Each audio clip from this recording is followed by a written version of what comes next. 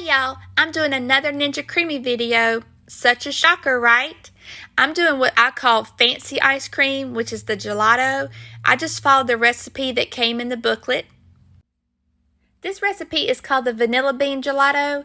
I didn't have any vanilla beans, so I just used some vanilla bean skinny syrup, which is the sugar-free, and then I add a little bit of vanilla extract. I was a little concerned when I saw the recipe called for 6 egg yolks, but this ice cream is so rich and thick and creamy, you would never know it had eggs in it, which obviously, like I said, I've never had any kind of fancy ice cream. This was definitely worth the extra steps, and look at that, so creamy. It's just so rich, I just can't explain it. You would never know it had eggs in it, just in case you're worried like I was.